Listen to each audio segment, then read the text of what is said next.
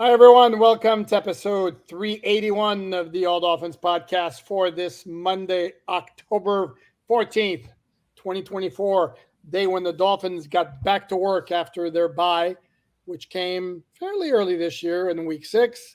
Dolphins stand at 2-3 heading into Sunday's game against the Indianapolis Colts at Lucas Oil Stadium. Mike McDaniel spoke to the media before practice on Monday, and we're going to go over all of the developments today. Chris Perkins of the South Florida Sun Sentinel and I. Chris joining me again. Chris, how are you? Long time no see. Like 2 hours. Yeah. It's probably been a couple hours or something like that, man. But good day out at Dolphins because I guess the news on Tua was promising and everybody seems to be in a good mood. So let's do it, baby. Let's do it. They should be in a good mood because the AFC sucks this year, and therefore the Dolphins don't need to do a whole lot to get themselves right back into the picture. Yep. Am I right? Am I right?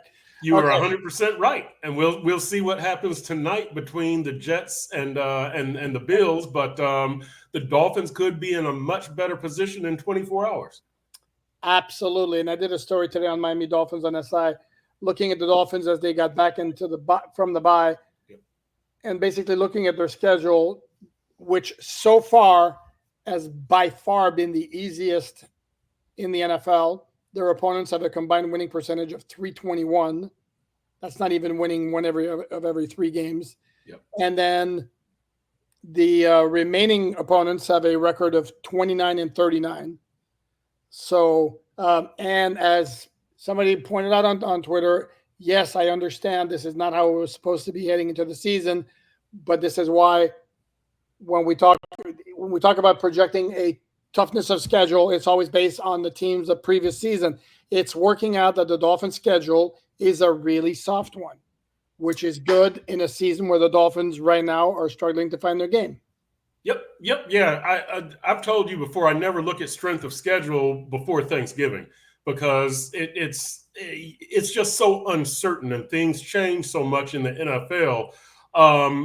That's one thing about it. And the other thing, Poop, is, as I've said before, their path to the playoffs remains the same this year as it was the previous 2 years.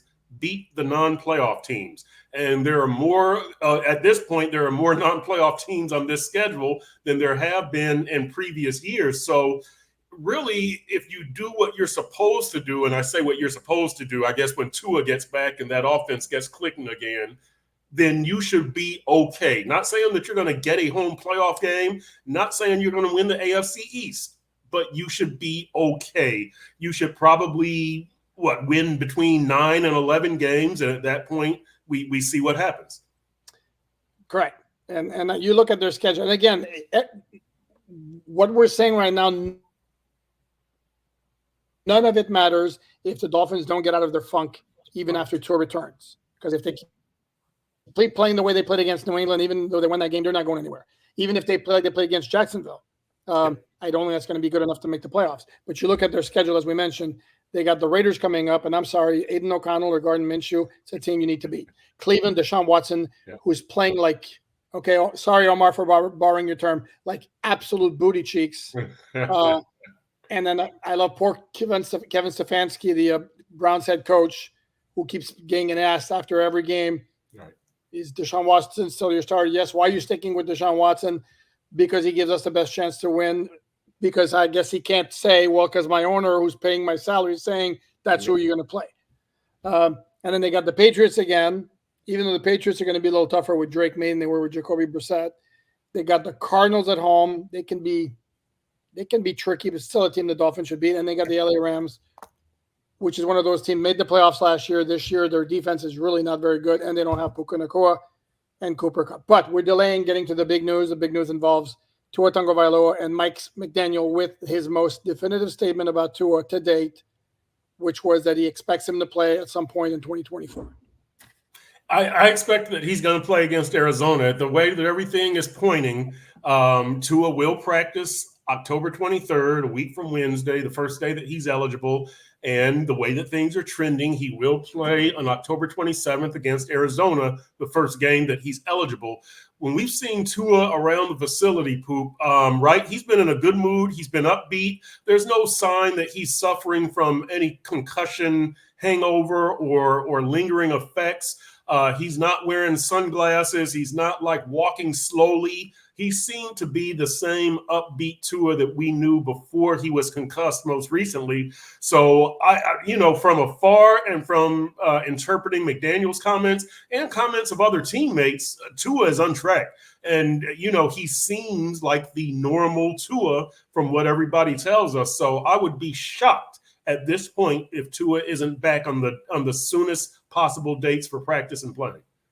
Absolutely. And if you've been following along and how careful Mike McDaniel has been about no timetable, nothing to that effect, for him to even say that I expect him to play in 2024, I mean, that was a major declaration. And I think even though, again, he refused to use the timeline, but I think I'm with you. I think it's almost, I would be with a 92% degree of certainty that it's going to be the Arizona game, and then Dolphins see what they can do against the Colts on Sunday against whichever quarterback they might face. We don't even know if it's going to be Joe Flacco or Anthony Richardson. Yeah. Other injury news, not quite as encouraging, certainly as it pertains to Bradley Chubb and as it pertains to Isaiah Wynn, where Mike McDaniel had said this before, and he said it again, that there was a setback involved in Isaiah Wynn's recovery from the quad injury. And McDaniel kind of clarified that it did not involve the quad, but another issue related to the quad. Is one of those things where you have a certain injury to a body part and you're compensating, your other joints or muscles are working harder to compensate for that injury, and then you wind up stressing it out to the point where there's a setback there. Doesn't sound like either one of those guys are coming back anytime soon, though maybe I'm reading too much into it. No, you got the right read there. And I have no idea what it is with Isaiah Wynn. You guys know that the quad is kind of the thigh muscle. I don't know if it's a hamstring, a calf, a knee, a hip, who knows? But it's before, when Mike McDaniel was asked, I had asked him about it. In fact, is it still the quad? And he said something along the lines of, there's been another complication, but he was very vague on it. And today, as you said, he was a little bit more elaborate. But yeah, if you're expecting Isaiah Wynn to come back in the next couple of weeks, doesn't look like that's happening at all. No, and the same thing with Bradley Chubb, who is coming back from a torn ACL. And of all the in-game decisions that Mike McDaniel has made since he became Dolphin head coach in 2022, not having yanked his frontline players at the end of the Baltimore game last year, to me, has got to be right up there. When Bradley Chubb was injured, the score was 49-19, and I just looked, the play started with 3:18 left. What in the hell are your frontline players doing in the game? You're not winning, and Mike McDaniel's explanation, A, was that the guys wanted to be in there, and B, he wanted to get some positive reps at the end of a blowout. Like, I'm sorry, if a sack at the end of a 30-point loss gives you a positive taste, after getting your ass kicked, pardon my French, sorry, there's something wrong there. I mean, to me, that was like really, really, really bad. And I hope he's learned his lesson. I don't know that there have been blowouts of that kind since then. With the Buffalo game, I mean, got out of hand. It was 21 point, and you didn't have Tyreek Hill and Jalen Waddle at the end, I think, for the last 6 minutes of the fourth quarter, which is fine. But that was even more egregious because there was 3:18 left and they were down 30. Yeah, the Chubb injury is it's I don't want to say that it's strange. I just wonder if there was something aside from an ACL. And an ACL, look, so an ACL can take 12 months. Sometimes it can take 8 months. I think the normal range is like 9 to 12 months, if I'm not mistaken. So it looks like Chubb is going to be on the higher end of that. He got injured December. What was that? Do you remember that date? 17th or something? Yeah, no, it was New Year's Eve. Oh, New Year's Eve. That's right. New Year's Eve. That's right. Yeah. So it is. So you do remember the date, is what you're saying. Wild guess. Right. Yeah. I really thought that we'd be talking in more encouraging terms about Chubb right now. I didn't know when he was going to be back, but I thought, yeah, that the talk would be a little more encouraging. It's very cautious and very kind of standoffish right now from Mike McDaniel. And look, you guys know Mike McDaniel is about the most upbeat, optimistic coach to ever walk through those doors at the Dolphins facility. And for him to be so standoffish on Chubb, yeah, that kind of makes you think that he's a few weeks off optimistically. Yeah, and it's not that the Dolphins can't use the pass rushing help, because guess what? They can. And in fact, that reminds me, brings me up to, hold on, let me write down, 91, 21, and then 50. I'm going to dance in a couple of different directions. I apologize. No, I was going to make the point that it's not like the Dolphins can't use the pass rushing help from the edge defender position, because Jalen Phillips is on IR now because of his own ACL. Chubb Robinson, while the metrics are good if you believe Pro Football Focus and all that, I don't see necessarily a ton of impact. There are a couple of pressures here and there. Mohamed Kamara hasn't been active once all year. Emmanuel Ogbah's had a nice resurgence, nice comeback here so far. But I worry when they play better offensive lines. For example, if they play the Colts and they give Joe Flacco time, Joe Flacco can slice him and dice him in the secondary because he can pass. At some point, the pass rush is going to have to get some contributions. And this is where I was getting to with this. The Dolphins did practice today. There's no injury report because it's Monday. But in the portion of practice open to the media, the 4 players that who were not spotted: linebacker David Long Jr., safety Jordan Poyer, who's dealing with a shin injury, the aforementioned Mohamed Kamara, and the aforementioned Emmanuel Ogbah, who also was not spotted last week when the Dolphins had their one practice on Tuesday. Javon Holland was spotted. He has some sort of wrap contraption around his left hand where there's a plastic hardcover plastic protecting the index and middle fingers of his left hand. Whether he can play with that, don't know. He did not practice. He went to work on the side after stretching today. And then the other note is Devon Achane, who sustained a concussion in the Week 5 win at New England, did practice, was wearing a red jersey.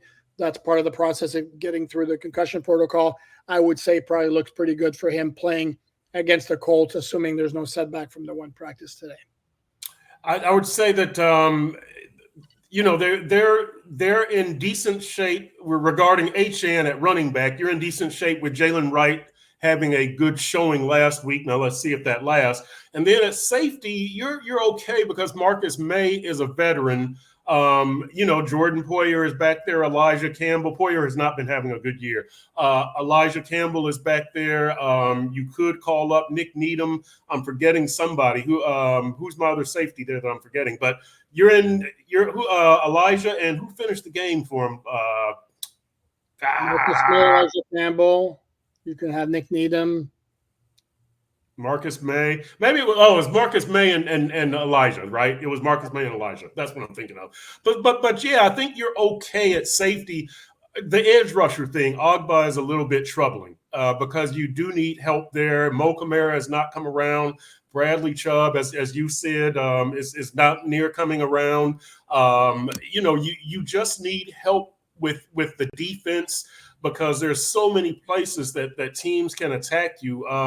We know that the run defense is struggling. The pass defense has been so-so, but if you don't have a pass rush, it's a lot easier for the quarterbacks to throw at guys not named Jalen Ramsey. So get that pass rush together, get guys healthy, and it helps the overall team.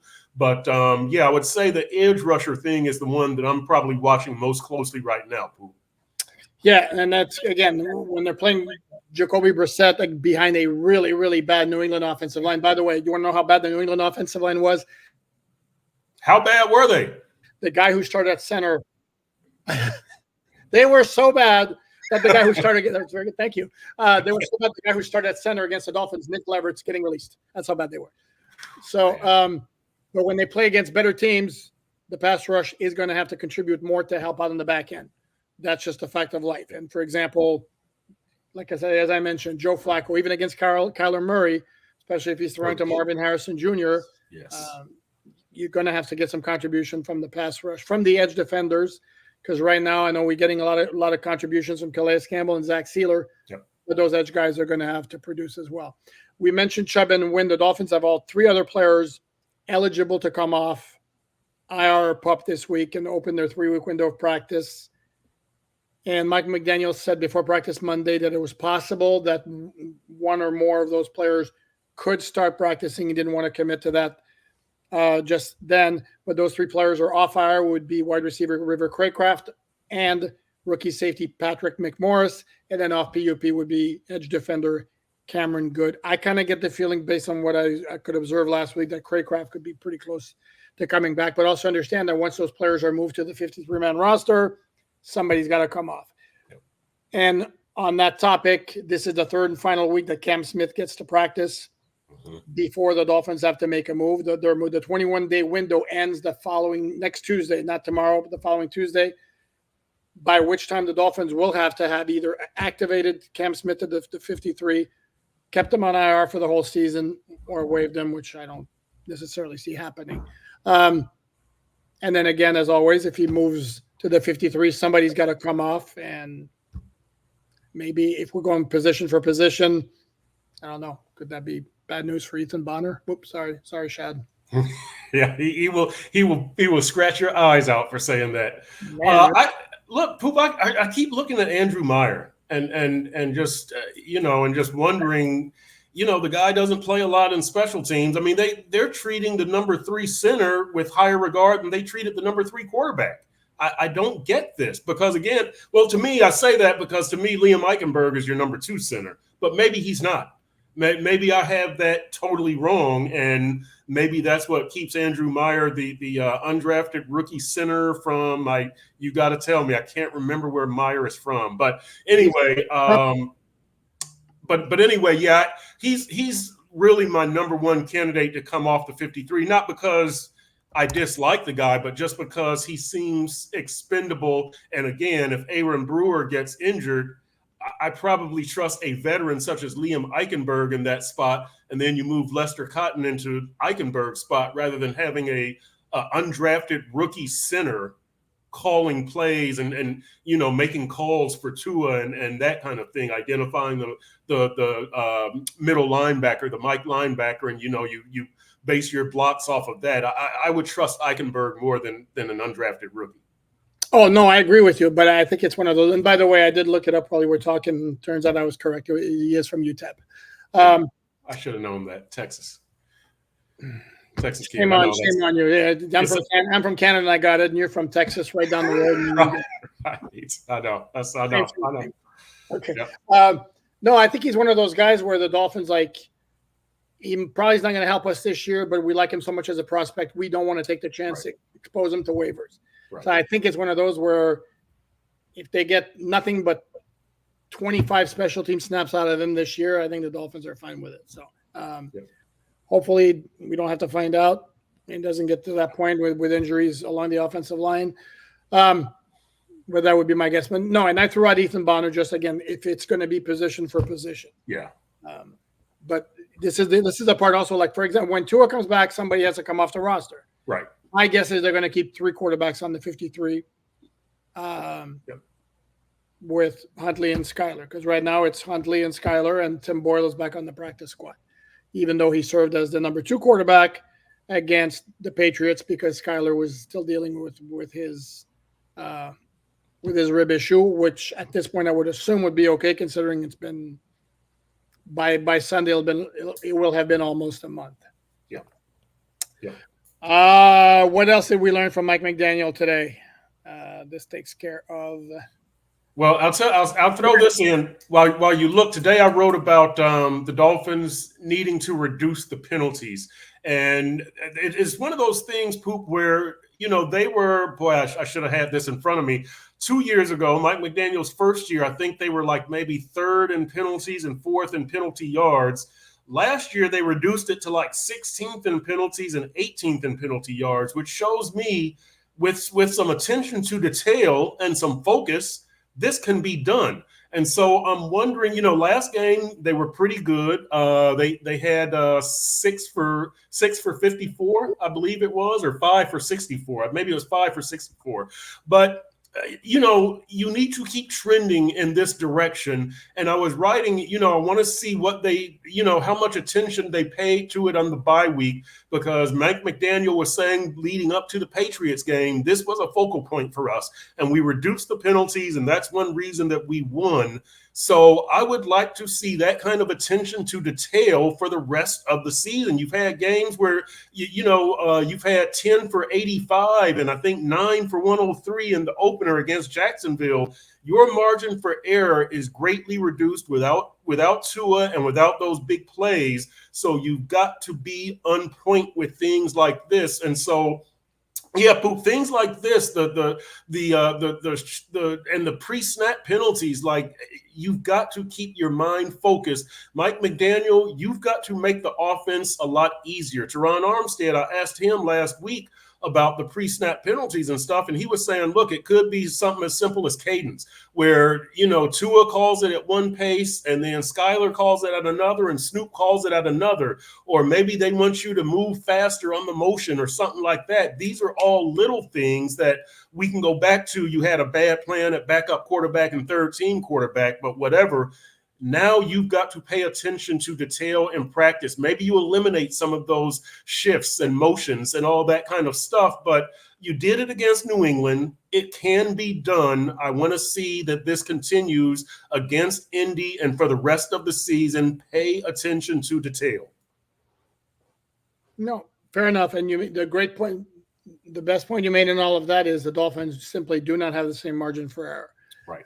I don't know that I'd say that they lost any of the 3 games that they lost because of penalties. No. That they're not in a position where, especially like third and this is going to allow me to unveil one of my pet peeves. Television announcers, analysts, please stop saying X team doesn't want to be caught in a third and long situation. No shit, Sherlock. Sorry. That another quick pet peeve. Yeah. They'd like to get the receiver, the ball out in space. No shit, Sherlock. No, we're going to game plan to get Tyreek the ball with 3 defenders around him. I mean, please, I beg of you guys. Okay, you're better than that. So having said all that, it's a lot more feasible for the Dolphins to convert a 3rd and 12, for example, with Tua at quarterback than it would be with Tyler Huntley and with Skylar Thompson. Right. And this is where those, like a false start penalty, and I think it happened like who was it? There's like a 3rd and goal from the 1, I think it was it might have been Cleveland actually when playing the Eagles yesterday in Cleveland, which is massively offensively challenged, and Deshaun Watson's playing horrible, but that team just keeps making mistake after mistake, and it goes from 3rd and 1, boom, false start 3rd and goal from the 6, false start 3rd and goal from the 11. So, and the Dolphins are not in a position to do this. I did want to address, and I remember what I want to talk about. Yep. Because, yes, this is coming back up again, because apparently there's a TikTok out there of Tyreek, and I don't know when it's dated from, but it surfaced last week, this notion that Tyreek is pining for a trade with the Chiefs because it's a collage of maybe 45 seconds of quick shots of Tyreek moments with the Chiefs, and it ends with him, the picture with him and Patrick Mahomes. The connection is special. Now, I hope somebody in the comments, please educate me and enlighten me if this is old from when Tyreek was with the Chiefs. If it's not, why the hell is he doing that? If it is from the time he was with the Chiefs, erase anything I just said. It doesn't matter. Then it's perfectly cool. If it's not, and I only mentioned it because it came up last week, along with the idea, well, is Tyreek going to get traded? What the hell are you doing? Yeah, you know what, and Poop, I really do hope that, and plenty of us have written it and said it. I hope that somebody has pulled Tyreek to the side and kind of said, hey, look, you kind of need to chill on some of this stuff, and there's only a few guys with enough chops, right? Jalen Ramsey, Calais Campbell, Teron Armstead, maybe 2. I don't think that's Tua's style at all, though. But somebody's got to, and look, I think it can be a coach either. I think it's got to come from that locker room, one of the players that Tua respects, and just very respectfully, hey, just chill. Let us get our act together, and then you can go back to being Tyreek and being Sheeta and all that kind of stuff. But right now, we kind of need you to focus on the main thing. Make the main thing, not all your stuff that you have on the side. I really, really hope somebody tells him this again respectfully, because this is one of those things, Poop, where when I covered the Heat, Shaq used to always say, well, nothing ever matters till after the All-Star break. And it's like, okay, Shaq, that's good for you. That's my Shaq, obviously. That's good for you because you're a Hall of Famer and you're good enough to turn it on and turn it off. But everybody else on the roster can't do that, and you need to set a better example. And that's kind of how I feel about Tyreek, that, yeah, you can turn it on and off at any time because you're the fastest guy on the field and you're a future Hall of Famer and a talented guy, but you need to set a better example for your teammates and keep them focused. And so I hope somebody tells Tyreek that for that sake, not for any other sake. Just set a good example for your teammates. And once we get focused, you can go back to being Cheetah. Yeah. And I'm one of those who fights back against this notion of distractions for NFL players. The media is going to be talking about that. But I'm having a hard time bouncing it because it bugs me. Why don't you focus on your team? And I don't know. And then the other part of it is a lot of it, what he's going to say, Tyreek is a troll, number one. He's a self-proclaimed troll. Right. And a lot of the stuff he's going to say is going to get misinterpreted. For example, he responded to a tweet. The tweet was something along the lines of, how gangster would it be for the Dolphins when Tua comes back on the first play to call like a quarterback keeper or something like that, or a naked bootleg run. Right. And then Tyreek responded with, who's going to call the next play? And a lot of people were interpreting that as him taking a shot at Tua, i.e., basically, if Tua runs, it's going to be another concussion. He'll be out. I kind of took it to mean if whoever's calling the play is dumb enough to call that with Tua on his first play, he's not going to get the chance to call another play. Right. But you can see how that can go, and it's like, why was the need? Why was the need to do that though? Other than I guess he's enjoying himself with that, but. I'd have less of it. Maybe I'd have less of an issue with it is enjoying yourself like that if you're 4-1, not if you're 2-3 and not playing particularly well.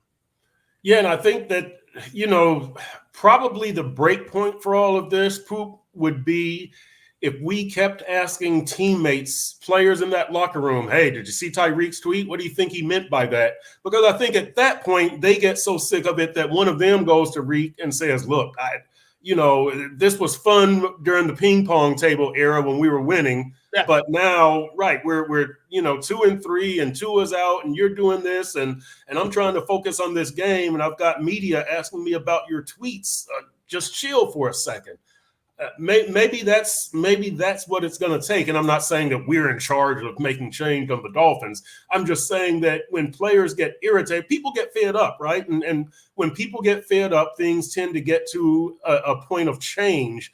And so maybe that's the only thing that ushers change is that teammates get sick of answering questions about Tyreek and his antics.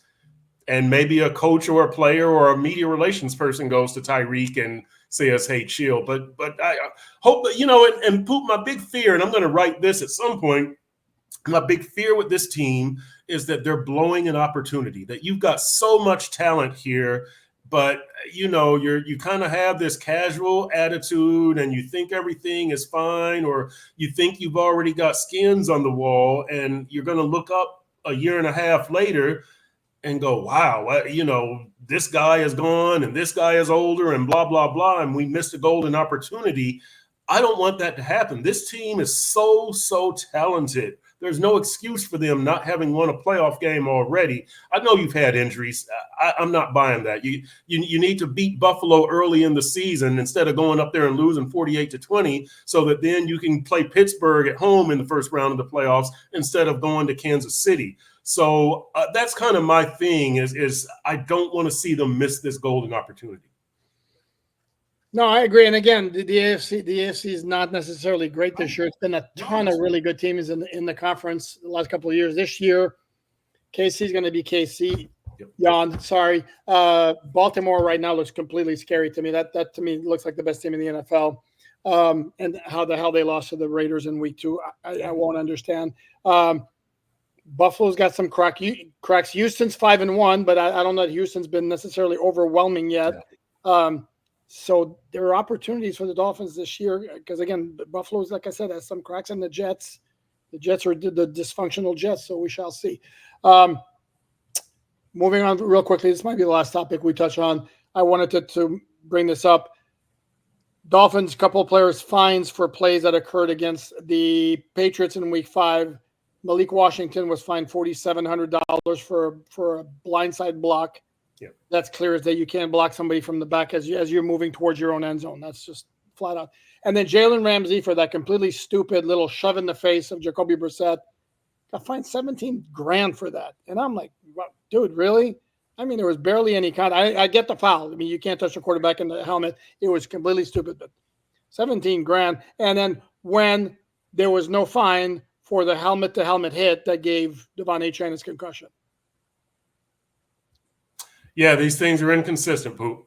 You know what? I wanted to ask McDaniel, but I haven't had the chances. Those two phantom whistles in Seattle, what did they hear back from the NFL? Because if you guys don't remember, one was on a first down. I think it made it a 1st and 20, put them behind the chains. And then the other one, and both times the players stopped playing mid-play. So you had a 1st and 20, and then you had a 3rd down play that went nowhere, and you had to punt. And so they didn't make the Dolphins lose the game by any stretch. Correct. But I would just like to hear, did the NFL respond, and did they respond favorably? Because after I talked to players and I asked Frank Smith about it, it seems like they were errant whistles by the NFL. And you just really want to hear from the NFL, we messed up, we'll try to be better. That's all. You can't change anything. You just want some acknowledgement that they messed up, they're aware of it, and they will try to do better, as opposed to, the whistle blew, you got behind the chains, you had to punt, who cares? You just want to hear that they give a damn. Yep. And I'm going to close with this, actually, because I hear this from Dolphin fans all the time. We have to accept the fact there's going to be inconsistency, as Perk mentioned, with the officiating.